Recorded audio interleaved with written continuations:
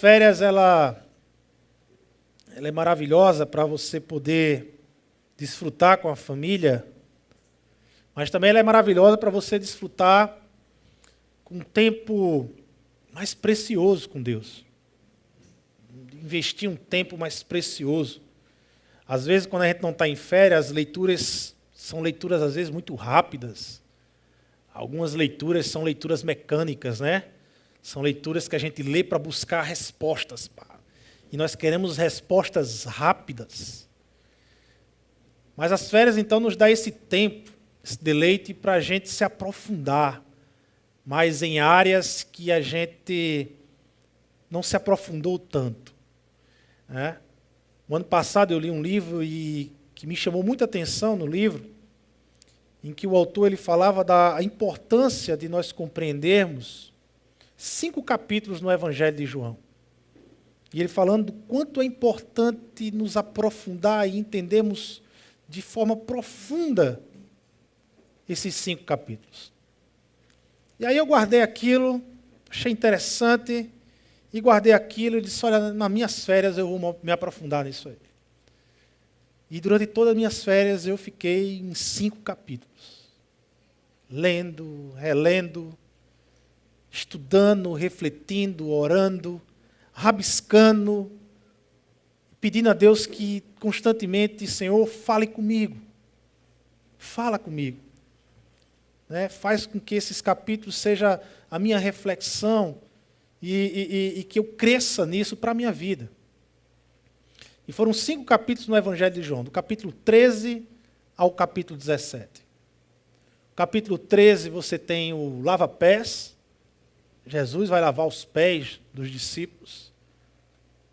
E no capítulo 17 você tem a oração sacerdotal de Jesus. E do capítulo 13 ao capítulo 17, o que você mais vê de forma constante é o Pai, é o Filho e o Espírito Santo. A Trindade está ali. As relações da Trindade estão ali. Expressas nesses 5 capítulos de uma forma muito clara. A unidade da Trindade está o tempo todo ali. É interessante porque são os ensinos finais de Jesus Cristo. Jesus está a poucos dias de partir, de ir para a cruz do Calvário. Então Jesus está trazendo os seus ensinos finais. E geralmente, quando você está trazendo os seus ensinos finais, você tem é como se fosse um suprassumo de tudo aquilo que você ensinou, de como você andou com os seus discípulos, naqueles 3 anos de caminhada, e Jesus agora está fazendo um grande resumo, um suprassumo. É como se Jesus estivesse dizendo, olha, de tudo que eu ensinei, talvez vocês vão esquecer de muita coisa, mas presta atenção nisso aqui. É como se você soubesse que vai partir hoje, ou vai partir amanhã, e você chamasse seus filhos para dizer, sente aqui, sente aqui. Eu ensinei muita coisa a vocês, mas eu quero que vocês entendam uma coisa, não esqueçam isso aqui. É isso aqui que eu quero que vocês não esqueçam. E levem para a sua vida. Então Jesus está lá naqueles últimos ensinos dele. Como é importante. Ele está o tempo todo, desde João 13, 14, 15, 16, 17, Jesus está o tempo todo dizendo constantemente aos seus discípulos, é preciso que eu vá, eu vou partir, é chegada a minha hora, está o tempo todo. Às vezes Pedro fica meio assim, os discípulos ficam meio que não compreendendo o que é que ele está falando desse partir, o que é que ele está falando que para onde ele vai nós não podemos ir agora, mas ele está o tempo todo batendo nessa tecla. Eu vou partir, e é preciso que eu vá. E esses 5 capítulos falam de Trindade, da unidade na Trindade, do relacionamento da Trindade e como a Trindade ela muda, ela nos transforma relacionalmente. Nesses 3 termos que nós temos aqui no tema de hoje, viver na unidade e na Trindade, nesses 3 termos, viver, unidade e Trindade, certamente, talvez o termo mais complicado que você tenha na sua mente para explicar isso na prática é trindade. São 3 termos que nós, como cristãos, somos extremamente familiarizados. Viver, a vida em Cristo, a vida cristã, a vida. Nós somos familiarizados demais com viver. Unidade. Talvez quantas pregações nós já ouvimos de unidade, quantas vezes nós falamos de unidade. E trindade. Só que dos 3 termos que nós somos familiarizados, trindade é aquele que nós somos familiarizados porque ouvimos muito, mas muitas vezes nós não sabemos explicar, ou achamos, ou olhamos para a doutrina da trindade como algo inacessível, como algo que essa coisa de trindade, isso é coisa de filósofo, isso é coisa de teólogo. A trindade não tem a ver com a minha vida hoje aqui.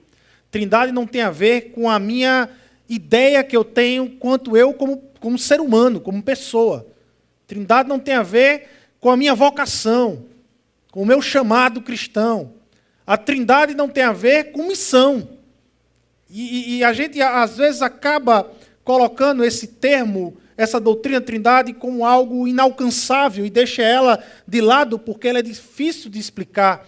Mas deixa-me dizer uma coisa, eu até compreendo, porque nós vivemos em tempos, numa época muito pragmática, onde nós queremos respostas muito conceituais e rápidas e superficiais, onde nós temos pavor de profundidade. Nós somos um povo, nós somos uma geração que temos muito conhecimento de tudo, conhecemos de tudo um pouco, mas sem profundidade, sem querer se aprofundar naquilo que conhecemos. Somos superficiais. É a geração do superficial.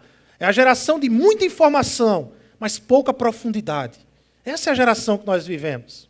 E compreender a trindade é um chamado a se aprofundar na relação do Pai com o Filho, do Filho com o Pai, do Pai e o Filho com o Espírito Santo. Entender trindade, então, só se entende trindade se aprofundar. Realmente não tem como superficializar a trindade. A trindade é algo profundo. Querer entender a trindade é entrar num relacionamento com a trindade. Não tem como eu falar da trindade sem eu entrar em um relacionamento com o Pai, com o Filho e com o Espírito Santo. Por isso que a trindade ficou nessa subjetividade. Vivemos num mundo em que queremos respostas rápidas, pré-moldadas, pré-montadas. E quando nós somos convidados a buscar as respostas dentro de um relacionamento, nós temos dificuldades com isso. Nós temos dificuldades com isso. Mas não foi por isso que Jesus Cristo orou.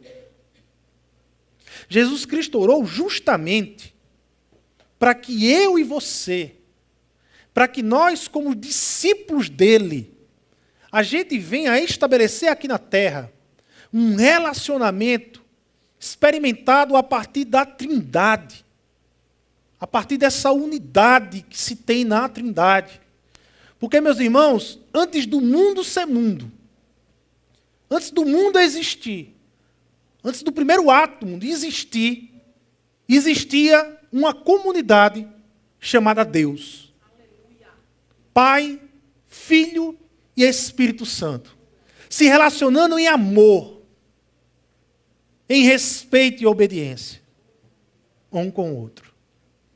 Na verdade, a ideia das Escrituras em Gênesis, quando ela diz, façamos o homem à nossa imagem e semelhança, é a ideia de que nascemos inerentemente dentro de um processo de comunhão. Nascemos para termos comunhão. Na verdade, a razão do nosso ser só se encontra no outro. Aleluia. Essencialmente, ser criado por Deus não é viver sozinho. É interessante que a primeira negação que as Escrituras diz é justamente essa. A primeira negativa da Bíblia, o primeiro não que aparece nas Escrituras, é justamente a ideia de estar sozinho. Não é bom que o homem esteja só. Porque não é inerente ao que criamos. Inerente ao que criamos é uma comunidade. É um processo relacional. E aí eu convido vocês a abrir João 17 e lermos os versos 20 e 21. E meditarmos um pouco mais nesse processo de trindade. Nessa doutrina que muitas vezes para nós ela é uma doutrina que fica apenas no campo teológico, que não desce para a prática, mas hoje eu quero tratar com vocês a prática de compreendermos que o Deus da qual adoramos é um Deus trino. Pai, o Filho e o Espírito Santo. Minha oração, verso 20, capítulo 17 de João. Minha oração não é apenas por eles de Jesus, ou seja, pelos meus discípulos de agora. Algo também por aqueles que crerão em mim por meio da mensagem deles. Nós, que acreditamos na mensagem desses apóstolos. Para que todos o quê? Ou seja, qual é o propósito da oração? Para que todos sejam um. Olha a unidade aí. O propósito de Jesus está orando por mim e pela sua vida. É para que todos sejam um. Mas não é qualquer unidade. Agora ele vai dar o referencial dessa unidade. Qual é a referência? Como tu estás em mim e eu em ti. Que eles também estejam em nós, para que o mundo creia que tu me enviaste. Não é qualquer unidade. Jesus está falando especificamente que eu e você sejamos um, como Ele é com o Pai, como Ele é com o Espírito Santo. Esse texto do capítulo 17 está dentro desse contexto que contém esses 5 capítulos de João, o capítulo 13, o 14, o 15, o 16, e finda no 17 com a oração. Está tudo conectado. Toda a trindade, o Pai, o Filho e o Espírito Santo, é revelado nesses 5 capítulos. Quando Jesus vai dizer, olha, é preciso que eu vá, para que eu e o Pai envie o Consolador, que nada mais é o Espírito Santo da verdade sobre a sua vida. Ah, se vocês soubessem, se vocês tivessem ideia do que é eu ir para o Pai, do que vai ser a alegria de vocês quando eu for para o Pai, vocês não ficariam tristes aí, porque eu vou partir, mas vocês ficariam extremamente felizes. Jesus está dizendo assim, olha, se vocês tivessem ideia do que é se relacionar com o Espírito Santo, com o Pai e com o Filho ao mesmo tempo, vocês não estariam tristes, porque é isso que logo, logo vocês vão experimentar. Vocês vão experimentar o relacionamento da Trindade. Um relacionamento que Jesus experimenta, ou que é revelado para nós nas Escrituras, ali, por exemplo, no batismo de Jesus Cristo.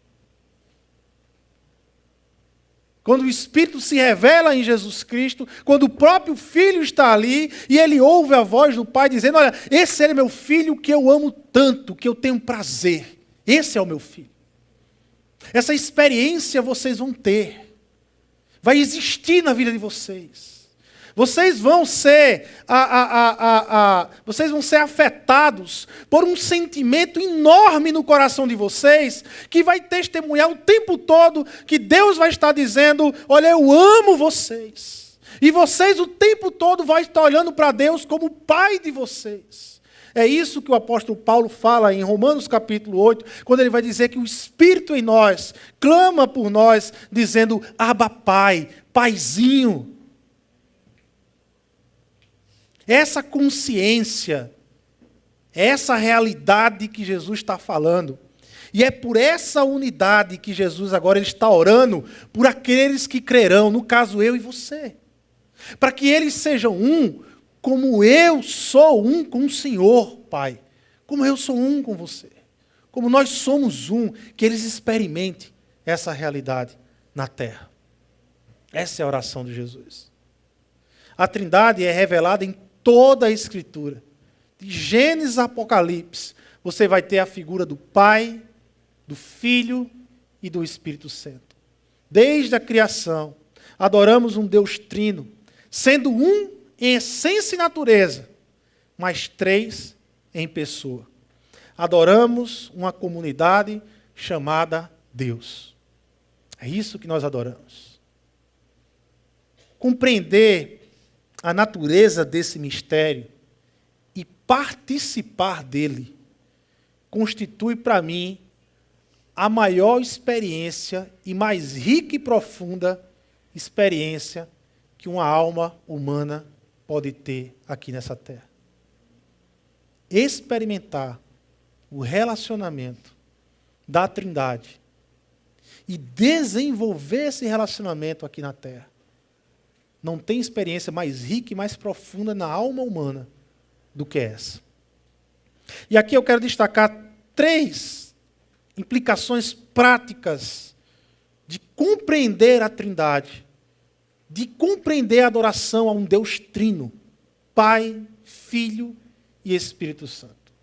Muitas vezes nós somos tentados a fragmentar esses relacionamentos. A fragmentar. E é por isso que esses 5 capítulos de João, eles são tão tensos, são tão intensos, porque eles não estão preocupados com as fragmentações que nós fazemos. Eles simplesmente se mostram a Trindade em um.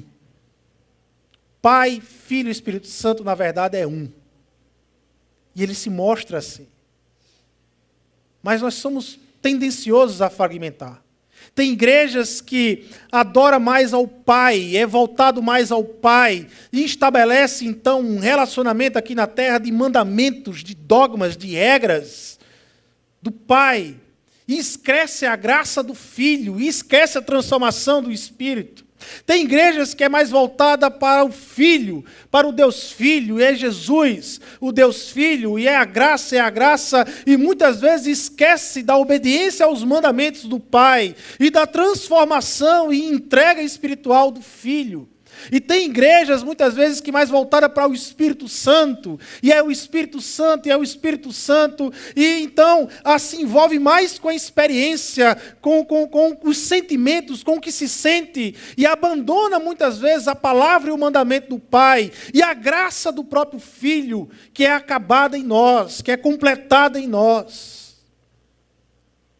Porquanto que Deus, Ele é um, 3 em pessoa. Porquanto que eu e você, nós somos chamados a nos relacionarmos com o Pai, com o Filho e com o Espírito Santo. A Trindade. E o que é que isso implica, então? Primeiro, a Trindade, ela estabelece o sentido de ser pessoa. A Trindade, ela estabelece o sentido de ser humano. Ser humano.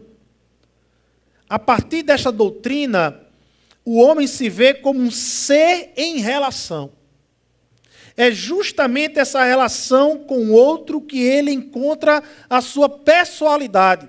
É justamente essa relação com o outro que eu encontro o sentido de eu ser humano, de eu ser pessoa. Na minha base, na minha existência básica, eu existo para comunhão, eu existo para relação. É doentio quem não quer se relacionar. Na verdade, quem quer viver no individualismo, quem quer viver isolado das pessoas, está vivendo contra o próprio Deus, contra a própria vontade de Deus, inerente à nossa criação. Fomos criados a partir de uma trindade. Fomos criados para nos encontrarmos como seres humanos na vida do outro. Na vida de Deus, que é o outro, na vida do outro criado igual a mim, na vida do outro que me criou e na vida do outro que é criado igual a mim. Nós somos criados nessa relação. Eu lembro de um filme que eu assisti até poucos anos atrás, Náufrago, para não entregar aqui minha idade, né? Porque há 10 anos atrás, quando eu falava desse filme Náufrago, eu estava atualizado, né? Mas agora eu falo náufrago, o jovem fica com aquela cara, náufrago, né? Meio perdido. Mas é um filme com um ator Tom Hanks, e ele então sofre um naufrágio e vai para uma ilha. E nessa ilha ele começa então, ele isolado, ele começa a se relacionar com quem? Com um cara chamado Wilson, que nada mais é do que uma bola de vôlei. E ele começa a se relacionar com aquela bola de vôlei, e ele conversa com aquela bola de vôlei, e ele coloca suas aflições naquela bola de vôlei, ele começa um relacionamento. E na primeira vez que eu assisti aquele filme, quando eu vi essa imagem, eu disse, olha, ele está enlouquecendo, mas na verdade, inerentemente a ele, meio que sem querer, o cérebro do Tom Hanks, né, do personagem, no caso, cria um mecanismo de proteção, e ele tem que acreditar que aquela bola é uma pessoa, ele tem de acreditar que aquela pessoa se relaciona com ele, para justamente ele não enlouquecer. É justamente o contrário, não é que ele está ficando louco, é que o corpo dele está criando um mecanismo para ele não enlouquecer, porque só é louco. Porque viver só é loucura. Porque viver só é você ir contra a sua natureza criacional. Eu e você, nós somos criados na Trindade, dentro de uma comunidade do Pai, do Filho e do Espírito Santo, e nascemos inerente a essa comunidade para nos relacionar com o outro. Nos relacionar com Deus e nos relacionar com o outro. E essa ideia de viver só, do individualismo que só cresce no mundo hoje, é uma ideia anti-Deus. Às vezes tem crente que diz assim, fica o tempo todo prestando atenção, o que é o mundo entrar na igreja, né? Isso aqui é o mundanismo. O mundo entrando na igreja.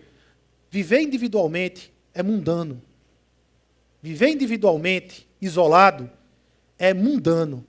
É o mundo entrando na igreja, de fato e de verdade. É o mundo entrando na igreja. A igreja pertence a um Deus trino, relacional. E não existe expectativa nenhuma cristã fora de uma comunidade. Fora de uma comunidade. Por natureza, nós somos seres definidos a partir da comunhão. Somos seres definidos a partir da comunhão. A Trindade questiona o individualismo de nossa época. É o que a Trindade faz. Não há espaço para desenvolvermos nossa fé cristã no individualismo. Essencialmente, nascemos para nos desenvolver em comunidade. E aqui eu faço uma crítica. Aí um movimento dos desigrejados. Olha, não existe cristianismo fora de comunidade. Não existe cristianismo. Deus, ele é fantástico, gente. Deus, ele é tremendo. Esse negócio de igreja foi Deus que inventou. Não sei se vocês... Né? De repente ainda tem alguém com dúvida aqui, né? A gente aproveita para reafirmar, né? Quando eu falo isso, eu até me senti aqui redundante, né? O pastor dizendo esse negócio de igreja é coisa de Deus, né? Mas a gente aproveita para afirmar. Veja... O que é que o pecado faz? O pecado, ele aliena a criação de Deus. E ele aliena o homem psicologicamente, sociologicamente, fisicamente, teologicamente, o que ele pensa de Deus, ele aliena todas as coisas do homem. Aliena todas as ações, as dimensões do homem. Mas em Jesus Cristo vem a restauração. Em Jesus Cristo vem o início da restauração. E para que essa restauração ela se inicie, então é lançado sobre nós o Espírito Santo. O Espírito Santo vem fazer morada em mim agora, na sua vida aí. E Jesus e Deus nos lança num lugar chamado igreja. E o que é igreja? Igreja é uma comunidade de cristãos, é uma grande comunidade de trigo e joio que está aqui, cristãos ou não cristãos, mas é uma grande comunidade que se junta aqui para andar junto, para um pisar no pé do outro, para nós crescermos no outro, para nós encontrarmos a nossa verdadeira identidade no outro, no servir ao outro, no abençoar o outro, no estar disponível a amar o outro, a perdoar o outro. E o que é que isso faz comigo e com você? O quanto mais eu vivo igreja, o quanto mais eu intensifico a minha vida na igreja, o que é que acontece comigo e com você? Eu me amadureço. Eu me identifico mais com Deus. Cada vez mais que eu me aprofundo na vida comunitária, eu me identifico mais com Deus, porque inerentemente o Deus que nós adoramos é um Deus trino. É um Deus que vive em comunidade. Então eu só compreendo Deus de forma profunda, e eu só compreendo o que Deus está fazendo em mim de forma profunda, me restaurando aquela imagem que foi manchada, aquela imagem que foi deixada lá atrás. Quando façamos o homem a nossa imagem e semelhança, eu só me compreendo e só inicio um processo de restauração profundo dentro, inserido numa comunidade. Comunidade. Onde eu trato com os diferentes. Onde eu sou abençoado por dons diferentes. E eu trato com os diferentes. Onde eu me capacito a amar aquele que é diferente de mim. E eu vou amadurecendo e crescendo nessa caminhada. A partir da Trindade, nada existe por si mesmo, individualmente. Comunhão é a razão do ser do homem. Loucura é viver só. Loucura é viver só. Comunhão é a razão de nós sermos. Nós nascemos para ter comunhão. Nós nascemos com mãe, com pai, com irmãos, com primos, com vizinhos, igreja. Não existe vida humana, sensata, criacional, dentro do projeto criacional, sem comunhão. Então, a primeira coisa que eu quero que vocês entendam é que a Trindade, ela lança, então, ela estabelece o sentido básico, seja você cristão ou não, o sentido básico da vida, de ser pessoa, de ser humano, é ter comunhão com o outro, é ter relacionamento com o outro. Quando um ser humano não quer ter comunhão com ninguém, quando um ser humano quer se isolar, quando o ser humano se entranca no quarto e diz que não quer mais ver ninguém para o resto da vida, ele está doente. Ele está extremamente doente. Não é inerente a ele. Não pertence a ele. Veja, quando eu olho para Jesus Cristo, e aí Jesus ele é a revelação imanente, é a imanência, é o ápice da imanência de Deus, de Deus presente, de Deus pessoal. Deus agora encarna. A segunda pessoa da Trindade, o Filho encarna, e agora habita entre nós. E quando eu olho para Jesus Cristo, então a revelação mais real, a revelação mais próxima, a revelação mais concreta que eu e você nós temos de Deus, e quando eu olho para Jesus Cristo, o que é que eu vejo Jesus Cristo? Como é que Deus encarnado, como é que Ele se estabelece aqui na terra? Ele começa a andar, Ele não se fixa, mas Ele vai andando, Ele vai da Galiléia para a Judéia, e Ele vai se encontrando com quem? Ele vai se encontrando com gente.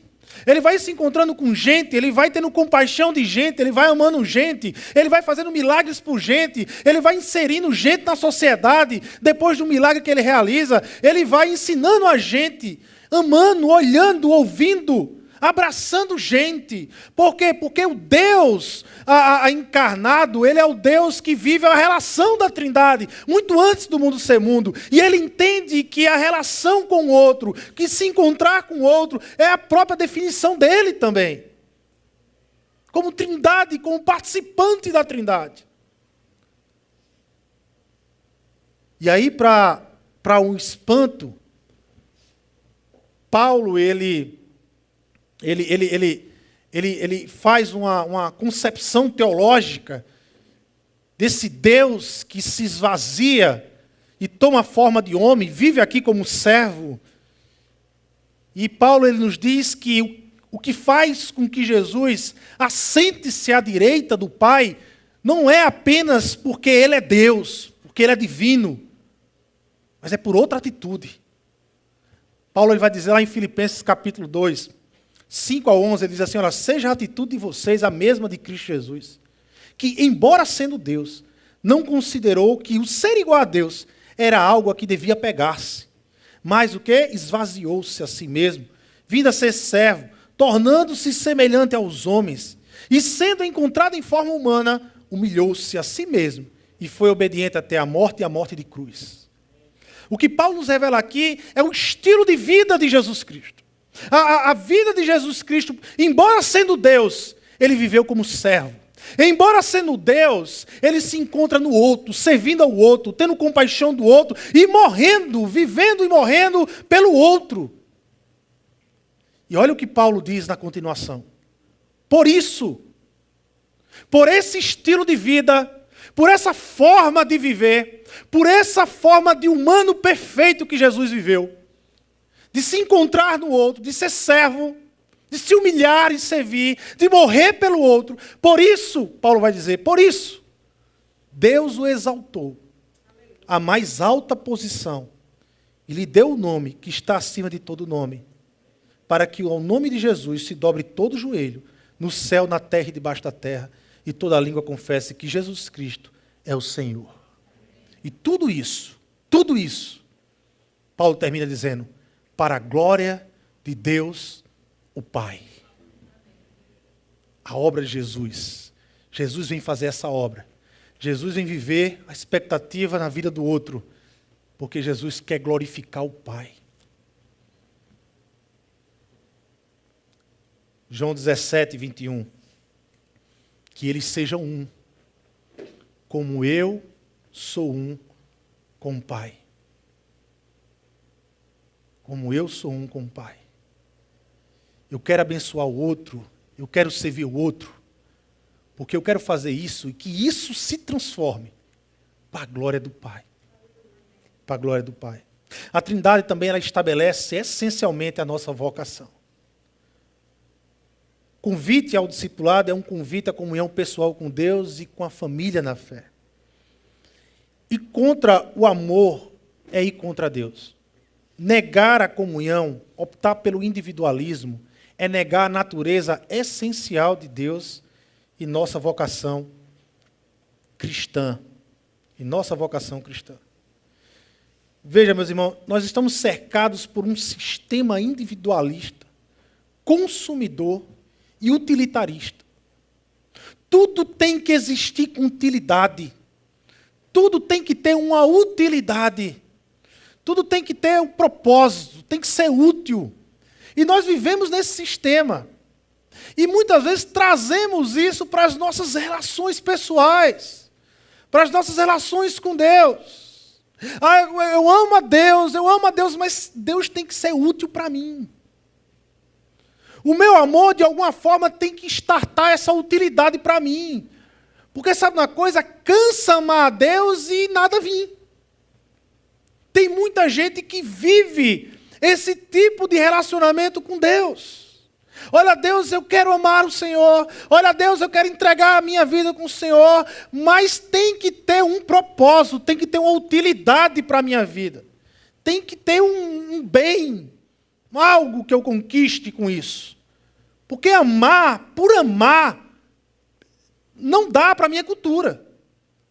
Não dá para o que as pessoas vivem hoje.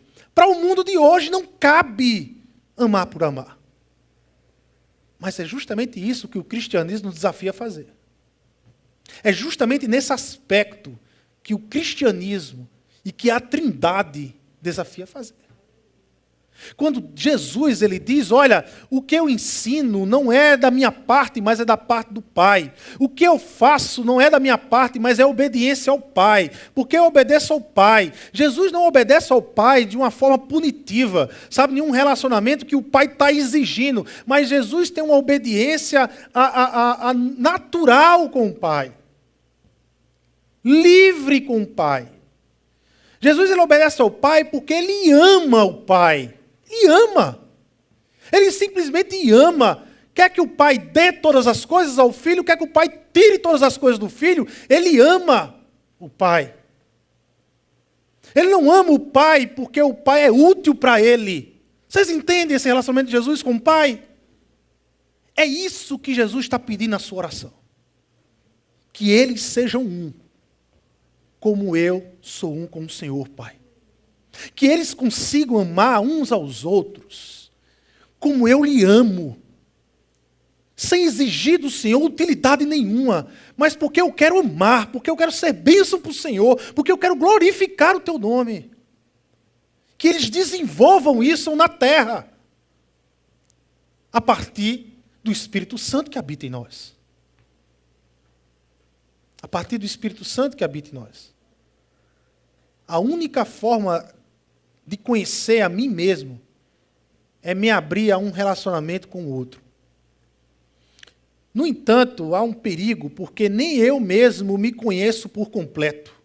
Por isso que, inerentemente, eu desenvolvo um relacionamento saudável com o meu irmão, eu desenvolvo um relacionamento saudável com a outra pessoa, quando eu desenvolvo, em primeiro lugar, um relacionamento com Deus. Por quê? Porque Deus é o outro que me conhece por completo. Porque Deus é o outro que me conhece por inteiro. Deus é o outro que sabe cada falha de caráter que eu tenho. Sem nenhuma máscara, Deus me conhece. E o que é melhor, por meio do Evangelho eu descobri que esse Deus, que me conhece por inteiro e que me criou e que me fez, Ele me ama. Com as minhas imperfeições, com as minhas falhas de caráter, Ele me aceita, Ele me ama. E Ele estabelece a graça como elemento regulador dessa relação dele comigo. A partir daí, a partir desse relacionamento estabelecido com Deus, eu posso então estabelecer relacionamentos horizontais aqui, benéficos, que abençoam, porque eu aceito o perdão de Deus na minha vida, porque eu aceito a libertação de Deus que veio na minha vida, e agora eu sou um ser humano liberto, com defeitos, cheio de falhas, mas liberto para me relacionar com o outro. Liberto para abençoar o outro. Liberto para abençoar o outro. Veja, existem alguns perigos nesse mundo que vivemos, um mundo estranho à amizade. Por isso que essa ideia, essa frase de você ser amigo de Deus, ela soa estranha no mundo de hoje. Alguém ser amigo de Deus é estranho. É mais lógico, é mais racional acreditar num Deus carrasco, num Deus distante da relação do que um Deus amigo. Mas é justamente isso que a Bíblia revela, é justamente isso que Jesus vai dizer. Quando ele vai dizer aos seus discípulos lá em João 15, e ele vai dizer lá em João 15, olha, agora eu já não chamo vocês de servos, mas agora eu os chamo de quê? Vocês lembram? Eu os chamo, eu os considero, eu os chamo de amigos. O que Jesus está dizendo é que, olha, não essa questão estabelecida pelo Império Romano de servo e escravo, de senhor e escravo. Não é essa forma, não é essa identidade relacional que eu estou trazendo para a terra, mas agora a minha relação com vocês, e olha que é o próprio Deus, o Deus Filho falando ali, e Jesus está dizendo, olha, a partir de agora, a relação de Deus com vocês, entendam de uma forma, é Deus construindo uma amizade com vocês. Vocês podem ser amigos de Deus. Deus veio para ser amigo e construir uma amizade. Uma amizade baseada em amor, em perdão, em graça, em misericórdia. Uma amizade baseada na transcendência, na imanência e na transparência. Uma amizade de construção. E aqui você tem alguns perigos. A forma com que nos relacionamos aqui na terra, horizontalmente, é como nos desenvolvemos com Deus.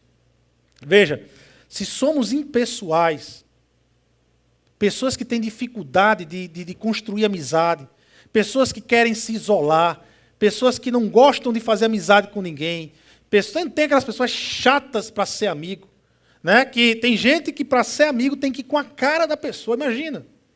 Ah, eu não fui com a cara, como se a gente tivesse que ir com a cara primeiro.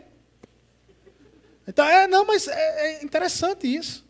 Né? A pessoa quer ser amigo do outro, manda foto primeiro para ver a cara, eu quero ver a sua cara. E aí, pela sua cara, eu vou entender se eu vou ser seu amigo ou não. Tem gente que tem essa leitura, né? Impressionante. Né? Não é poder vindo de Deus, irmão, é vindo de outro. Né? Mas pessoas impessoais, gente. Sabe o que acontece a essas pessoas? Essas pessoas elas passam a ver Deus um Deus impessoal. Um Deus frio, um Deus distante, um Deus que não se relaciona. Esse tipo de gente geralmente olha para Deus como se Deus tivesse a milhares e milhares de luas distante dela. Como se Deus não olhasse para a vida dela, não estivesse ali com ela. Porque essas pessoas têm costume, a cultura impessoal. Se somos manipuladores com os nossos relacionamentos, e como tem pessoas que gostam de manipular os relacionamentos, nós temos a tendência de querer manipular o nosso relacionamento com Deus. Nós temos a tendência de transformar uma fé genuína numa fé malandra. Você sabe o que é fé malandra? Uma fé na malandragem, é uma fé da barganha. Eu dou 100, Deus tu me dá 200. Eu fecho esse contatinho com você, mas você me dá aqui. Olha, Deus, uma semana de jejum e oração, mas isso aqui você tem que me dar. Estabelece uma fé de malandragem, como se Deus fosse um Deus malandro, que aceitasse esse tipo de barganha. Mas as pessoas se enganam com isso. Mas essas pessoas geralmente são manipuladoras, controladoras. Elas só estabelecem um relacionamento por meio da utilidade. Se é útil, vai ser meu amigo. Se não é útil, sai para lá, meu amigo. Não serve para ser meu amigo. Pessoas que não perdoam, que têm um coração duro de perdoar, geralmente essas pessoas acham que Deus não perdoa. Que Deus não é capaz de perdoar o pior dos pecados delas. Carregam a vida inteira dentro da igreja um fardo que não deveria ter carregado. Mas vive com peso sobre as costas. Nunca consegue viver um cristianismo totalmente livre e liberto. Cuidado com isso. A forma com que nós desenvolvemos os nossos relacionamentos, muitas vezes nós replicamos com Deus isso. E Deus não é nada disso. Deus não é nada disso. Deus tem nos chamado por vocação a desenvolvermos nessa terra algo chamado amizade nutrida em amor e confiança. Então, qual é a nossa vocação essencial? Olha, apesar de nós vivemos num mundo utilitário e funcional, e sim, vocação tem a ver com o que eu faço, mas não somente a ver com o que eu faço. Não há dúvida que vocação tem a ver com o que eu faço, mas há um conceito que precede a palavra vocação, que precede o fazer sobre vocação, que é o que eu fui chamado para ser. É só você trocar a pergunta, a última palavra. Não é o que eu fui chamado para fazer, Deus. É você trocar a pergunta e perguntar a Deus o que eu fui chamado para ser, Deus. Tira o fazer e coloca o ser. E busque a resposta. O que é que eu fui chamado para ser? Tratar os dons, aquilo que Deus nos abençoa com o Espírito Santo, de uma forma utilitária, foi o erro da igreja de Coríntios. A igreja de Coríntios era uma igreja cheia de dons. Cheia de dons. Tinha dom para todo que é tipo. Mas aí começou na igreja uma rivalidade dos dons. Por quê? Porque entrou na igreja a cultura do utilitário. Ah, o dom de fulano é melhor do que o dom de segundo, porque o dom de fulano é mais útil do que o dom de fulano. Porque o dom de pregar é mais útil do que o dom de receber. E começou essa disputa, por quê? Porque a cultura da utilidade entrou dentro da igreja de Coríntios. E o que é que Paulo, então, estabelece? Como é que Paulo resolve isso? Ele resolve com aquele texto belíssimo, que virou até música de Renato Russo.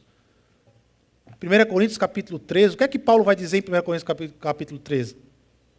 Ainda que eu fale as línguas dos homens e dos anjos e não tiver amor, serei como o sino que ressoa ou como o prato que retine. Ainda que eu tenha o dom de profecia e saiba todos os mistérios e todo o conhecimento, e tenha uma fé capaz de mover montanhas, mas não tiver amor, nada serei. Ainda que eu dê aos pobres tudo o que eu possuo, e entregue o meu corpo para ser queimado pelo evangelho, pela causa da igreja, mas não tiver amor, nada disso me valerá. O que é que Paulo está fazendo aqui? Paulo, o Deus, através de Paulo, pelo Espírito Santo, ele estabelece o amor como elemento regulador dos dons.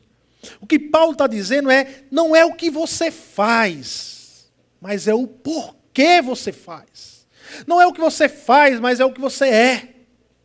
Quando eu entendo que a minha vocação primária não é o que eu faço, mas é o que eu sou, o que eu faço vira uma adoração para Deus.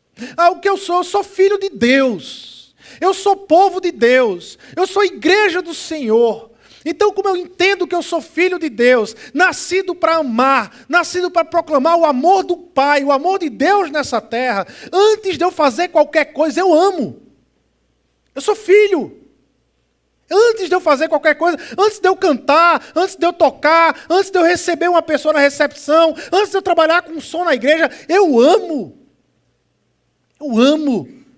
Porque a minha vocação primária, última, a essencial, quando eu olho para a Trindade e vejo o relacionamento daquela Trindade, a unidade daquela Trindade, é pelo amor. Eles se relacionam em amor. Eles baseiam o relacionamento em amor. Não é em poder, não é em utilidade, né? Mas é em amor. Talvez aqui 1 João capítulo 4, verso 20, diz assim: se alguém afirmar, eu amo a Deus, mas odiar o seu irmão, é mentiroso. Pois quem não ama seu irmão, a quem vê, não pode amar a Deus, a quem não se vê. O amor é a base do que eu faço. O amor é a minha primeira vocação. Logicamente, o que eu faço é uma vocação, mas sem amor, segundo Paulo, de nada vale. De nada vale. Eu vim aqui limpar a igreja. Eu não, gente, eu não vim. Sexta-feira eu não vim, né? Estou dando exemplo. O irmão veio aqui limpar a igreja. Sexta-feira. Mas se não for por amor, se não foi o motivo amor, de nada vale. De nada vale. Perdeu o tempo. De nada vale. A unidade da Trindade, terceira e última, a unidade da Trindade é essencialmente missional. É preciso a gente entender a missão através da Trindade. O Deus bíblico, ele é por natureza um Deus enviador. A palavra de Deus que do nosso texto que nós lemos é o quê? Que eles sejam um, que eles estejam em nós, para que o mundo creia que tu me enviastes. Propósito missional da unidade na Trindade. O Deus bíblico é por natureza um Deus enviador. O Pai enviou o Filho enviou o Espírito e seus discípulos, a sua igreja. Deus nunca nos abençoa sem também nos enviar para sermos uma bênção. Quando Deus chamou Abraão, abençoou Abraão, agora Abraão vai e seja a bênção. Quando Deus chamou a igreja, abençoa a igreja, mas agora vocês vão e sejam bênção. Todas as vezes que um homem de Deus, que uma mulher de Deus é abençoada por Deus, é enviada por Deus para abençoar outros mais. Outros mais. Missão tem a ver com o outro. É a partir da Trindade eu descubro que a minha missão primária com este mundo é amar as pessoas como Cristo amou. Veja bem, gente.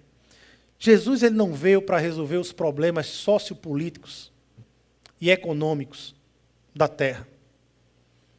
Jesus ele veio para amar. E foi o amor que fez de Jesus um revolucionário neste mundo. Não veio apenas para dar pão para o faminto, para quem tem fome, como se o homem fosse apenas corpo. Também não veio apenas para salvar a alma do homem do inferno, como se o homem fosse apenas espírito. Jesus ele veio para redimir o ser humano por completo. Para isso era preciso resgatá-lo em toda a sua integridade, em toda a sua dignidade. E como é que Jesus faz isso? Qual é a ferramenta que Jesus faz isso? Amor. Foi por amor que ele deixa a glória e encarna aqui na terra. Foi por amor que ele se encontra com um paralítico e faz ele andar. Foi por amor que ele se encontra com a samaritana e traz ela para um novo significado da vida e devolve ela como uma missionária. Foi por amor que Jesus foi na cruz, por mim e por você. O que motivou Jesus a fazer tudo o que ele fez. A missão de Jesus, o principal motivo é amar. Por isso que lá no Vocação, quando nós vamos lá para a comunidade, e aqui especificamente sobre o Vocação Cuidar, que é a área de saúde, e que a gente tem entrado em casas, sentado com pessoas que nós nunca vimos. Pessoas que vivem todo tipo de condições socioeconômicas, sabe, sociais, que pessoas que têm uma perspectiva de vida tão pequena, e outras talvez até grande, sonhadora, pessoas diferentes, mas quando nós sentamos com aquelas pessoas, sabe, o principal ali não é o projeto.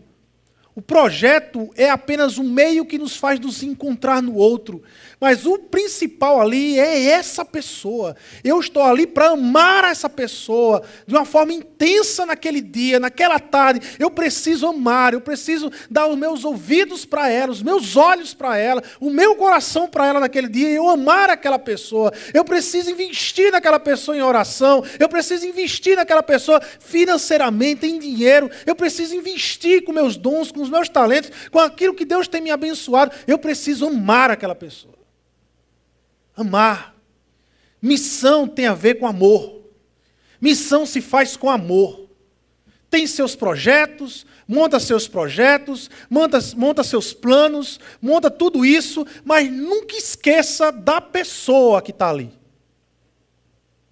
Nunca faça com que o seu projeto seja maior do que a pessoa. Dona Marinês, por exemplo, uma senhora que abre a casa para a gente. O projeto, tudo pode ser realizado ali, mas Dona Marinês é a pessoa mais importante ali, porque nós estamos ali para amar aquela mulher. Para amar aquela mulher. E é através do amor que nós vamos revolucionar aquelas vidas. É através do amor que nós vamos revolucionar aquelas vidas. Então, o que é que isso significa? Através da Trindade, eu entendo que missão não se mede na capacidade de casas que eu visito, ou de métodos que possa se usar, mas na capacidade que eu me desloco para o outro, a fim unicamente e simplesmente amar aquela pessoa. É o quanto eu sou capaz de amar a pessoa. É o que me faz ser um missionário de Deus aqui na Terra. Porque, essencialmente, a missão de Jesus foi amar. Foi amar. Ele amou o que Deus criou. E por aquilo que Deus criou, ele foi à cruz do Calvário. Ele amou. Eu quero concluir a mensagem dessa noite dizendo que a Trindade ela nos remete a 3 convites em nossas vidas. Ela nos convida a refletir de forma profunda a nossa vida quanto pessoa, quanto ser humano. Ela nos convida a refletirmos de forma profunda a nossa vida quanto vocação, quanto chamado a ser cristão. E ela nos convida de forma profunda a refletirmos sobre missão, sobre fazer missão. A Trindade me convida a me descobrir no outro. A minha verdadeira identidade, oriunda da criação, ela é comunhão. Eu só consigo ser humano, eu só consigo me identificar como pessoa quando eu estou em relação com o outro. Quando eu estou em relacionamento com o outro. Com o outro que me criou, com o outro que foi criado igual a mim. Então eu me encontro como pessoa. Eu me encontro como aquele que foi criado para amar. Como vocação, a Trindade ela me convida a entender que acima do fazer está o ser. Fui vocacionado para ser bênção na vida do outro. Não é o que faz que dá sentido, é o que eu sou. É o meu chamado. Eu fui chamado para ser filho de Deus aqui na terra. E como filho de Deus, eu tenho que ser bênção na vida daqueles que Deus faz se encontrar comigo. A Trindade também é um convite e me convida com relação à missão a um relacionamento intencional com o outro. A desenvolver uma amizade por meio do amor sacrificial de Cristo. Por meio do amor que a Trindade se desenvolveu. A Trindade, ela nos chama a isso. Ela nos convida a nos aprofundarmos. Não dá para você pensar em Trindade sem se aprofundar. Não dá para você pensar na sua relação com o outro sem pensar em quanto você está inserido na relação da Trindade. De o quanto você tem desenvolvido, de o quanto você tem compartilhado na sua vida, partilhado da sua vida, essa relação desse Deus trino, do Pai, do Filho e do Espírito Santo. Porque foi para isso Foi por isso que Jesus orou pela minha vida e pela sua vida. Para que eu e você, para que nós sejamos um em Deus. Para que nós sejamos um dentro dessa comunidade chamada Deus. Pai, Filho e Espírito Santo. Esse é o nosso desafio. Talvez você possa dizer, é difícil, pastor. É muito difícil. Mas não é impossível. Porque habita em você e habita em mim, habita na igreja. Uma das pessoas da Trindade, o Espírito Santo. Ele está o tempo todo em nossas vidas. E se você for sensível ao Espírito, se você for sensível a Deus, você vai ver o tempo todo o Espírito lhe chamar para ter comunhão com Deus e com a criação de Deus. Deus e a criação de Deus. O tempo todo o Espírito está nos incomodar a sairmos do isolamento, a sairmos do individualismo e termos comunhão. Eu quero fazer um desafio a você que está hoje à noite aqui, que veio, que já faz parte da nossa igreja. A partir da próxima semana, as nossas células vão estar voltando. Tivemos um recesso, dezembro e janeiro, mas agora a partir de fevereiro, as nossas células vão estar voltando. E eu desafio você que ainda está aqui na igreja, faz parte da Igreja Batista Zona Sul, mas não tem uma célula. E ainda não viveu a experiência da célula. Se inscreva. Aí tem um formulário na frente da sua cadeira, ou ali na recepção, na saída tem formulários sobre célula. Se inscreva, entregue na recepção. Faz desse ano um ano diferente. Um ano em que você vai intensificar o seu relacionamento com essa comunidade chamada igreja.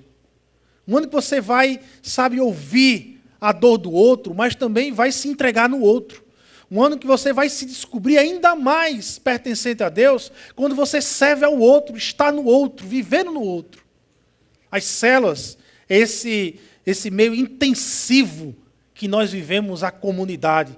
A célula é esse meio intenso que nós vivemos a relação da Trindade aqui na Terra. Buscamos o amor. Por mais que machuque, dói, por mais diferente que o outro seja, mas nós desenvolvemos na célula a ideia de amar o outro, de estar com o outro, de andar com o outro. E isso vai cada vez mais nos fazendo pertencer a uma realidade divina, a realidade da Trindade. Faça isso. Desafio para a sua vida. Participe de uma célula.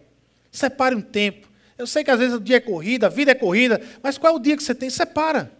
Abre mão de alguma coisa. Às vezes é preciso abrir mão. Precisa abrir mão. Na sexta-feira eu tinha isso, então não vou fazer, porque eu vou entrar numa célula. E eu vou intensificar minha vida com Deus, através de uma comunidade chamada igreja. Numa célula. Faz isso. E experimente essa relação da Trindade na sua vida. Experimente essa unidade gostosa. Sabe por quê? Porque todas as vezes que nós como igreja somos um, e todas as vezes que nós desenvolvemos unidade, o mundo que nos observa, crê verdadeiramente que Deus enviou o seu Filho aqui na terra.